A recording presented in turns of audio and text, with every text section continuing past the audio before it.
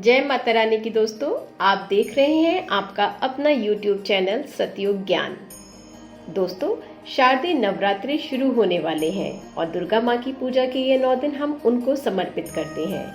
ऐसे में हम अपनी तरफ से हर संभव प्रयास करते हैं। जिन भी घरों में माता के लिए नवरात्रि का व्रत रखा जाता है, उन घर में पूरी तरीके से तैयारी शुरू हो जाती है। इसलिए ही कुछ दिनों पहले ही मैं इस वीडियो में आपको बताना चाहूंगी कि शारदीय या आश्विन नवरात्र शुरू होने से पहले किन किन कार्यों को आपको जरूर करना है। दोस्तों, हम सभी जानते हैं कि नवरात्रि के 9 दिनों में जिन भी घरों में पूजा पाठ व्रत माता के लिए किए जाते हैं, वहाँ पर कुछ खास नियमों का पालन करना हमें जरूरी होता है। हम माता जी को बुला रहे हैं, आह्वान कर रहे हैं। हमें अपने अपने घरों में तो पहले ये तैयारियां भी कर लेनी चाहिए।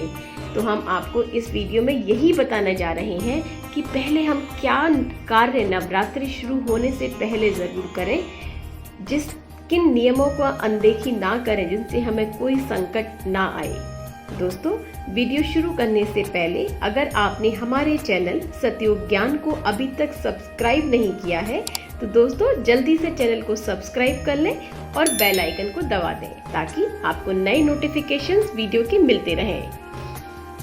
सर्व पितृ अमावस्या की पितृ पक्ष खत्म होते ही अगले दिन यानी कि आश्विन महीने की शुक्ल पक्ष की प्रतिपदा तिथि से नवरात्रि पर्व शुरू हो जाएगा।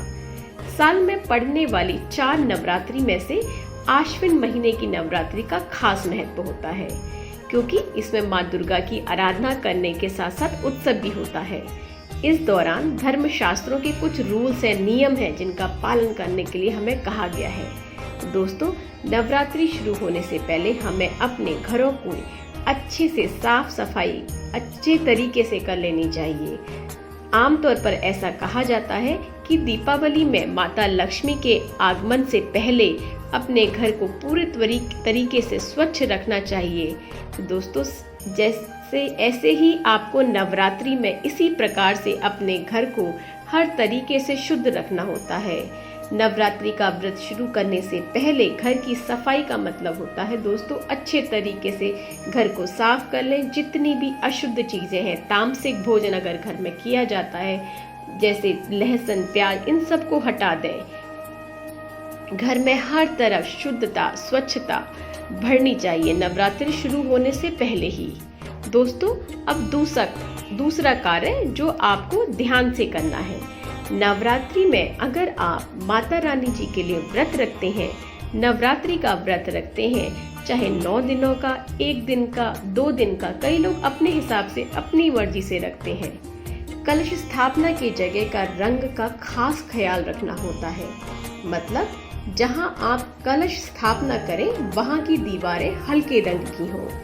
अगर आपको नहीं पता कलश स्थापना कैसे करनी है, किन बातों का ध्यान रखना है, तो मैं आपको डिस्क्रिप्शन बॉक्स में एक वीडियो का लिंक दे रही हूँ जिसमें हमने बता रखा है कि आपको कलश स्थापना कैसे करनी है और किन बातों का ध्यान रखना है। वास्तु के हिसाब से कलश स्थापना की जगह को हल्के रंग का मानना बहुत अच्छा गया है, जैसे कि पीले लाल रंग जहाँ भी इस्तेमाल ना आए उस जगह का आप ध्यान रखें। दिशा का भी आपको बहुत ख्याल रखना है। कलश स्थापना के लिए माता जी की पूजा पूर्व मुंह में होकर हमें करनी चाहिए, यानी आपका मुख पूर्व दिशा यानी नॉर्थ दिशा में हो या दक्षिण दिशा में। वास्तु के मुताबिक ये शुभ माना जाता है। ऐसा करने से घर में सकारात्मक ऊर्जा आती है। शास्त्रों के अनुसार देवी का क्षेत्र दक्षिण दिशा में होता है, इसलिए माता की पूजा करने के लिए आप अपना मुख पूरब या दक्षिण दिशा की ओर कर सकते हैं। पूरब दिशा में पूजा करने से चेतना जागृत होती है, जबकि दक्षिण दिशा में मुख करने से पूजा करने में मानसिक शांति मिलती है। माता की जो चौकी आप स्थापित करेंगे पूजा के लिए, तो उस जगह को पहले आप शुद्ध और स्वच्छ कर लेना है, चाहे आप पूरब दिशा की ओर करें या दक्षिण दिशा की ओर। तीसरा कार्य दोस्तों जो आपको जरूर से करना है, नवरात्रि से पहले किचन में हर प्रकार के तामसिक भोजनों का, अगर आपके घर में मांसाहार बनता है, उन सब चीजों को हटाकर पूरी तरीके से शुद्ध बना लें। एक और चीज़ मैं आपको बता दूं, जिस भी चूल्हे पर, जिस भी गैस पर आप तामसिक भोजन अगर बनाते हैं तो उसी गैस पर माता के लिए भोग ना बनाएं, या पहले उस चूल्हे की बहुत अच्छे से सफाई कर लें।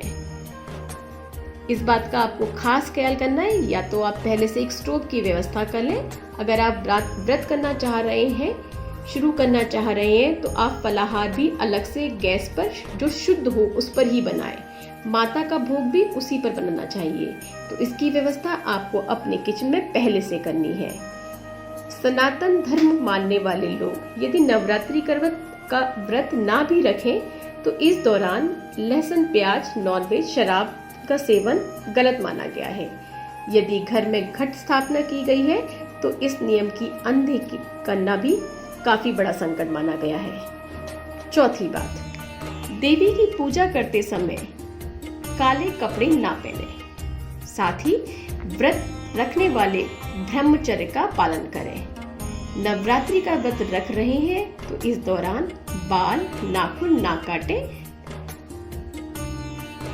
दोस्तों, अब 5वां कार्य जो आपको करना है नवरात्रि शुरू होने के पहले ही दिन, आपको अपने घर में शुभता की निशानियां बनानी है। जैसे कि घर के मुख्य द्वार, अपने पूजा घर के कमरे के बाहर आपको हल्दी से, कुमकुम से स्वास्तिक चिन्ह बनाना है। स्वास्तिक का निशान किसी भी कार्य को शुभ माना गया है। ऐसे में नवरात्रि के पहले दिन घर के मुख्य द्वार पर स्वास्तिक का निशान बनाएं। पूजा के कमरे में भी, पूजा स्थल के पास भी आपको ये बनाना चाहिए। साथ ही नवरात्रि के पहले दिन ही आपको अपने घर में बंधन बारों को अच्छे तरीके से सज्जित कर देना चाहिए। मुख द्वार की सजावट हमको खास तौर से रखनी चाहिए।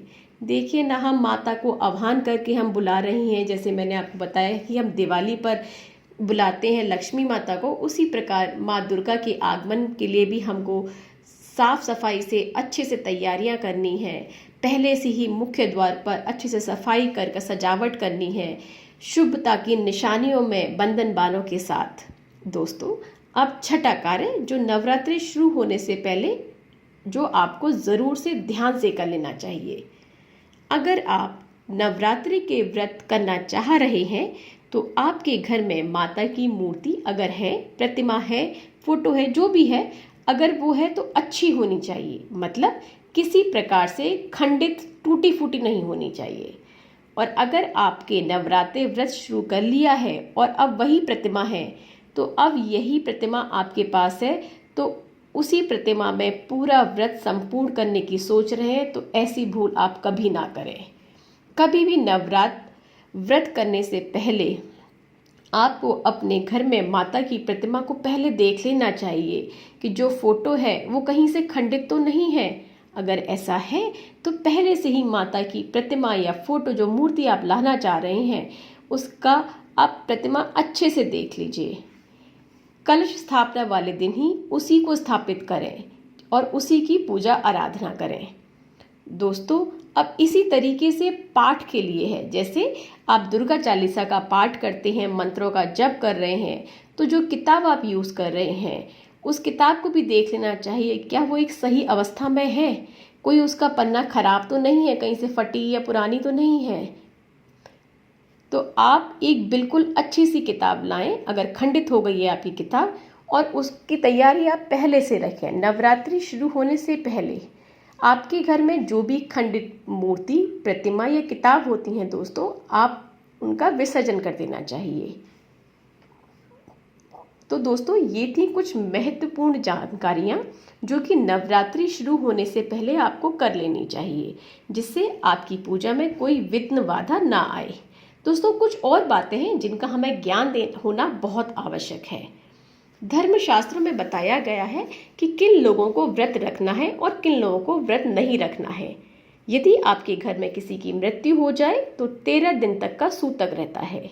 यदि इस दौरान नवरात्रि पड़ रही हैं तो व्रत नहीं रखना चाहिए, क्योंकि सूतक के कारण व्यक्ति पूजा नहीं कर सकता। दोस्तों, माँ भवानी आपके घर में पधारे और आपकी सभी मनोकामनाएं पूर्ण करे। उम्मीद करती हूँ हमारे द्वारा दी गई जानकारी आपके लिए उपयोगी साबित होगी। वीडियो अगर आपको पसंद आए तो अपने दोस्तों रिश्तेदारों में ज़रूर शेयर कीजिएगा। और अगर आपने अभी तक हमारे चैनल को सब्सक्राइब नहीं किया है तो दोस्तों हमारे चैनल सतयुग ज्ञान को सब्सक्राइब कर लें और बेल आइकन को दबाना ना भूलें, ताकि आपको कोई भी नई वीडियो आपके पास सबसे पहले पहुंचे। और हमें कमेंट करके ज़रूर बताएं कि आपको हमारी दी गई जानकारी कैसी लगी। तब तक के लिए धन्यवाद दोस्तों। जय माता दी।